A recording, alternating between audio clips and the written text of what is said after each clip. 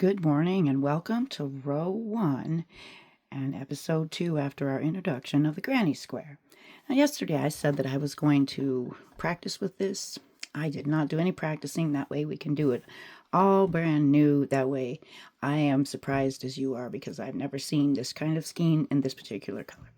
So today what this says you will need is this upside down? I have my reading glasses on. I'm sorry. It said, why is this not so? Okay, you need a 5.5 millimeter hook, and I don't know why I can't see this. I hope you can see it. So here we have the 5.5 millimeter hook that they say I need. I'm using this because your tail is going to be 4 inches. I also have a stitch marker. If you don't have a stitch marker, a safety pin will work. I think some people cringe at that, but you know, it is what it is. Use what you need to. Now, the first thing I would need to tell you is this is not a perforated place to open up the skein to get the directions. If you cut along here, you'll cut the directions. So what I typically would do is open here. Now, I haven't opened this one here. I have a different one open, so you got to be careful. Try to not rip it. Sometimes it probably won't even work this way. And maybe you would even want to just maybe cut along here. But this is the best place to try and separate it. And I'm sure it's not always going to work as easy. See, all right, there we go. All right, I didn't ruin this because this part is for the vest instructions. So a lot of these instructions that are on the back here, we're not going to need. This talks about your care and instructions. I'm not going to read that. This goes into making the vest. And we go down here to the instructions in these notes. And I will take a screenshot of this and read these notes after this when I edit the video. And then right here is where your directions are. And once again, for some reason the video is not picking it up, but I got screenshots that I'll show you this when I make first thing the directions tell you is this is where you use the 5.5 millimeter hook. And then they talk about the instructions written about the vest. We're going to skip that to the notes that says, motifs start with color 1, which is the shortest color rep from the center of pull skein, leaving a 4-inch tail to weave in. Each color aligns with one round of the motif with 5 colors in total. If too much color is left at the end of the round, pull back some stitches and slightly loosen gauge to rework stitches and finish at color change. If too little color is left, pull back some stitches and slightly tighten gauge to rework stitches and finish at color change. When motif is complete, cut yarn where color 5, the longest color rep, ends, leaving a tail for weaving in. Start next motif with color 1 and repeat 5 rounds for each motif. I know all that tightening and loosening of gauges sounds a little confusing, but that's why we're here to work through this together. Here are the written instructions on the back of the skein label in case you want to screenshot it and have it for your own reference. And here are the directions in the stitch key in case that is easier for you to understand. All right, so now that we've gone through the special notes here, we're going to go down to the directions, the written directions, and I'm going to go over this with you as we do it. All right, so we pull out all the color to see where the color changes. So this is how much of the first color we have to work with. And one of the first things that you need to do is leave a 4-inch tail. So that's where this comes in handy. Oh, there's your 4 inches. All right, well, I'm going to be a little bit generous in my 4 inches. So you make your slip knot,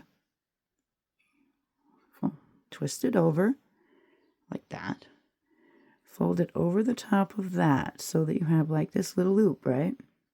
See this right here? You take your hook, you weave it over, under, you see how that works? And then you pull it.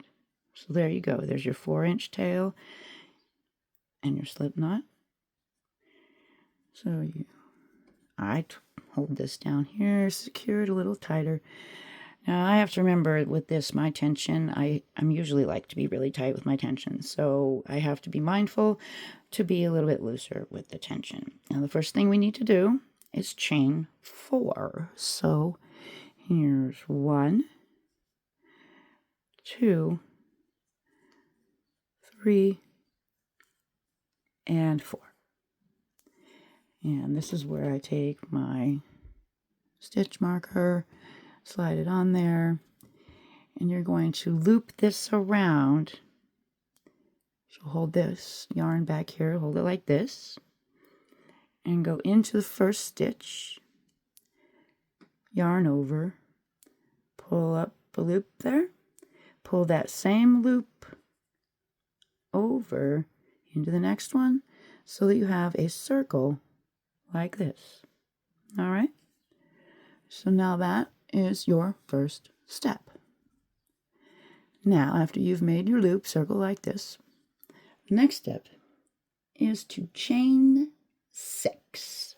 So yarn over, 1, 2, 3, 4, 5, and 6. Okay, and I just realized this is probably distracting, so we'll move that out the way. Okay. Now, first thing that they want you to do is 3 double crochets in that circle where you have put your stitch marker. See this? So, double crochet is yarn over, insert your hook into that circle that you made, yarn over, pull up a loop. You have 3 loops on your hook, yarn over one more time for the double crochet, pull through first 2 loops, yarn over, and pull through the next 2 loops. That was a double crochet. And I said you have to do 3 double crochets. So you've done 1, yarn over, insert your hook into the same circle, pull up a loop, yarn over, pull through 2, yarn over, pull through 2, and that's your second double crochet. Go for your third double crochet, yarn over, insert your hook, yarn, pull through. You have 3 loops on your hook, you yarn over again, pull through the first 2, yarn over again, and pull through the second 2. And like I said, one of my issues is I'm doing this tension too tight. I'm going to have to see how this works out when we come to the end of the color. So there is your first 3 double crochets, and then you chain 3. So 1, 2, and 3. And then you do this again. 3 double crochets, chain 3. This is making a corner right here. So you yarn over, insert your hook, pull up the loop, yarn over, pull through 2, yarn over, pull through the second 2.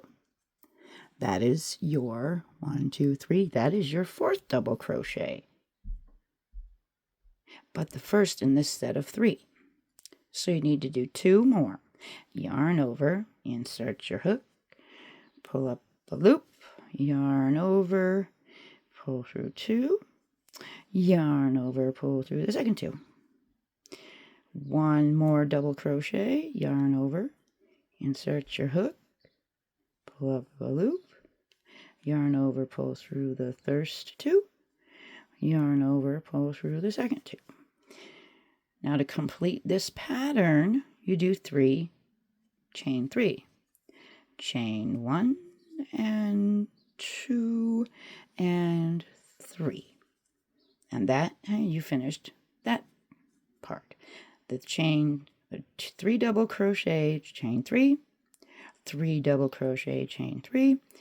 Now it says you do this 3 times after that. So there's 1, 2, Now you're going to create another corner. Yarn over, insert your hook into that circle, pull up a loop, yarn over, pull through the first two, yarn over, pull through the second two. See, I'm starting to loosen up my stitches and my tension because, well, we'll see what happens. I'm ready to take off my stitch marker now. It's kind of gets in the way. So we're still going to work in this circle. So we're going to do another double crochet. Yarn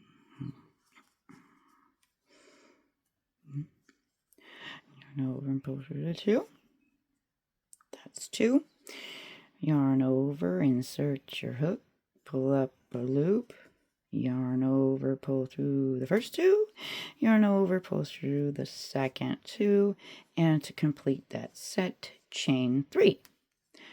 1, 2, 3, and this really looks like I'm going to have some extra yarn left over, people, so we're going to show you firsthand something. We'll see, but all right. Now, when you get to here, you're making another corner, but you don't have to make 3 double crochets now. Here, you just do 2 double crochets. So, try and keep that facing up. I think it makes it look prettier. So, yarn over, insert your hook, pull up a loop, yarn over, pull through 2, yarn over, pull through the next 2. That's 1 double crochet. Wonder how this yarn's going to play out. All right, now yarn over, insert your hook, pull up a loop. There we go. Yarn over, pull through the first 2. Yarn over, pull through the second 2. Oh, wow. This is pretty close. Maybe I won't have to pull out any stitches. We'll see. Now, these directions say, and we went over this earlier, but now we have to do this again. Join all rounds with a slip stitch to the 3rd chain of 6, unless otherwise indicated. So, this was a chain 6, no otherwise indicated, so we have to join at the chain 3. So, 1, let's see, I think this is that 1, 2, and 3. Slip stitch into here. Try to make sure that you get there. See, I always split the yarn. 1 there, and you get your the stitches here. Do you see what I mean? Try to grab both of them, not just one. So yarn over, pull through, and because it's a slip stitch, you pull through the second one. And now you've completed the round. I think we're going to be good with this because the next thing that you do to start round 2 is you slip stitch into the chain 3 space. So that makes you go around the back, pull up here, pull through here. All right. And look at this. You're going to chain 6. That's what we'll do. We'll chain 6 and then we'll have finished row 1. 1, 2, 3, 4, 5, and 6. And right here is where we're going to put in the stitch marker for today. We're just going to do 1 round a day because it can be stressful. This was actually really good. I'm surprised that it worked out. Color 2 starts right there, just like it says. Each row is a different color, so I'm really impressed that this one worked out right today. And I hope yours worked out right also.